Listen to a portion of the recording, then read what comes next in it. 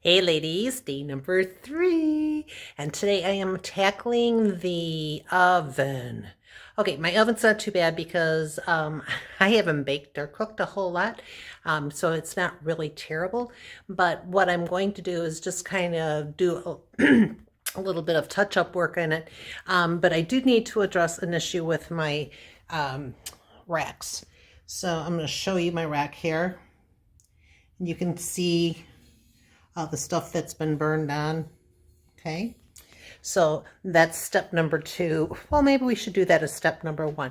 So let's take this and bring it to my bathroom. So in my bathroom I already have excuse me, 2 scoops of laundry detergent water in my bathtub with a towel underneath, and I'm just going to leave that soak in that hot water.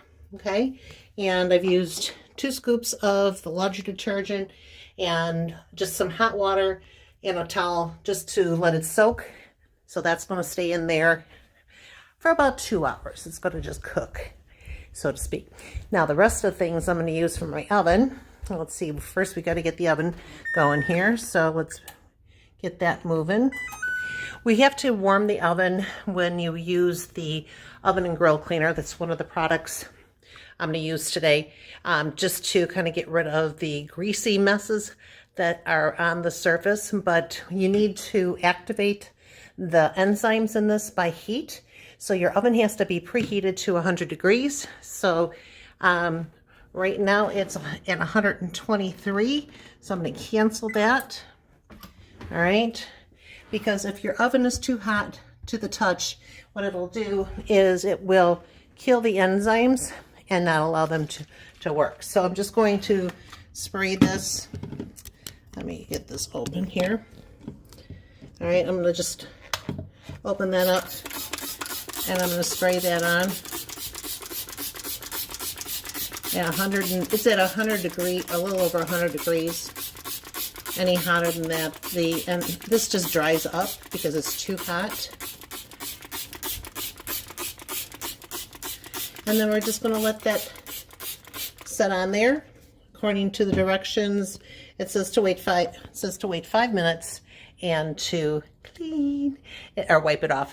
Now, I also have cleaning paste for anything that doesn't get removed, and a Sperry sponge, or a Sperry net rather, to do a little bit of scrubbing, and of course my scrubby corner cloth. That's what I'm going to use today to clean.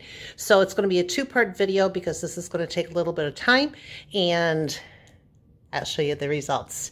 Okay, bye. So I've waited the 5 minutes, and you can see in here how the grease is just kind of dissolving from the oven and grill cleaner. All right, this is their new improved formula.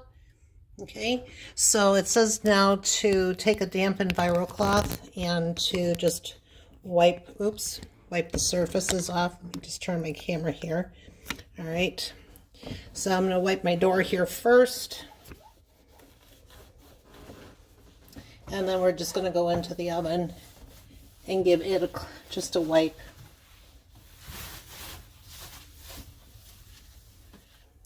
Right, and fold it over again.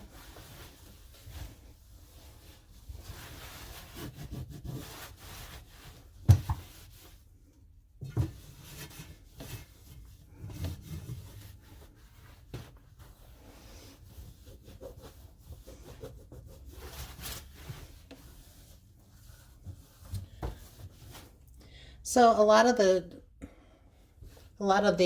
stuff came out of it, but I still do have some marks here. So that's when I'm going to take my cleaning paste and my Sperry sponge and just attack the rest of it. So let's open this up. Let's get the Sperry net wet. Get some paste on it.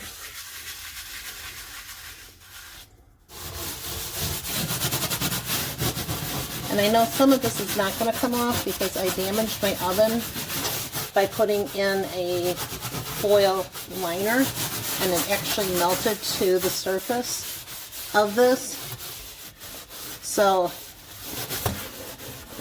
some of these spots are not going to come off, but I can get the majority of the Filton grease off of it.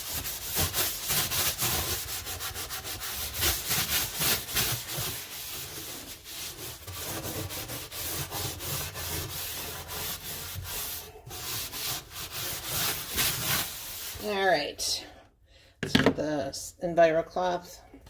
Let's do another wipe.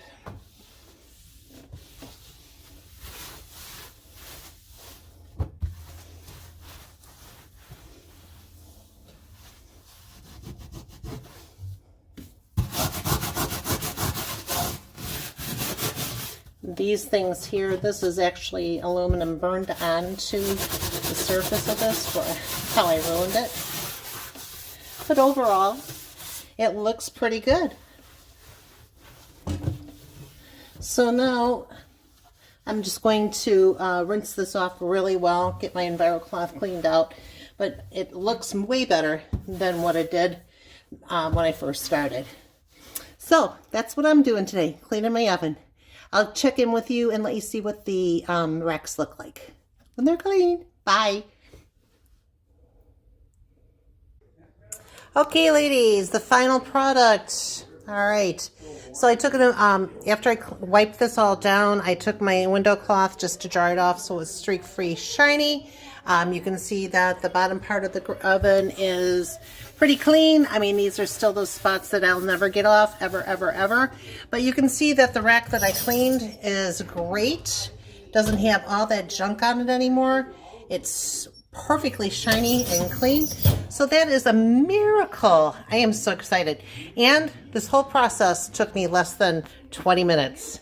So let's see what happens in day 4. Ooh, 4.